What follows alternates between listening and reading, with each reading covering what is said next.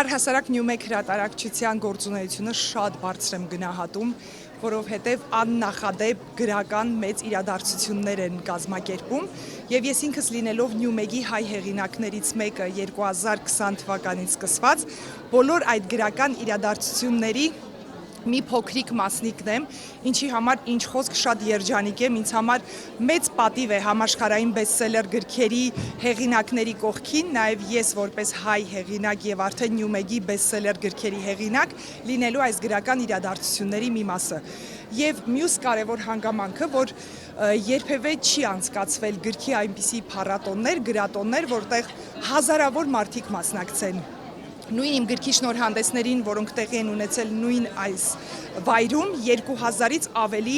մարդ է ներկա եղել։ Սա աննախադեպ մի գրատոն է, որը կարծում եմ հայ ընթերցասերներին նույնպես պետք է շատ երջանկացնի։ Ես կարծում եմ յուրաքանչյուր մտավորական, հատկապես յուրաքանչյուր նաև լրագրող, գրող, գրչի մարդ պարտավոր է անտարբեր չլինել, իր կարծիքը բարձրաձայնել։ Իմ սոցհարթակներին հետևողները գիտեն, որ ես երբեք որևէ հանրային հետաքրքրություն ներկայացնող թեմայի շուրջ չեմ լռում, իմ կարծիքը բարձրաձայնում եմ, ես բազմիցս անդրադարձել եմ այս թեմային։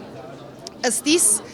այն իրադարձությունները, այն իրողությունները, որոնք կատարվում են երկուստեք, սխալ են, արմատապես սխալ են իրապես հավատավորի համար։ Ես լինելով հավատավոր մարդ, հավատացյալ մարդ եւ ճանաչելով Աստծուն, ես ասում եմ, որ այն ինչ կատարվում է իրական քրիստոնյայի համար խայտառակություն է։ Եվ երկու կողմերն էլ կարիք ունեն մաքրվելու, ապաշխարելու, իրենց ներս նայելու եւ անգամ երբ լավ բանի համար ես պայքարում, սակայն ընտրածդ միջոցներն ու մեթոդները սխալ են լինում, այդ ամենը ողջույն, այդ ամենը քո արած բարի եւ դրական գործը հիմնովին հիմնահատակ խարխլում են այն իսկական հավատի համար ուղղված քայլերը, որը երկու կողմը բնորոշում են, որ անում են։ Այնպես որ ես կարծում եմ, որ ավաղ մենք միշտ տեսնում ենք երկու ծայրահեղ բևեռ,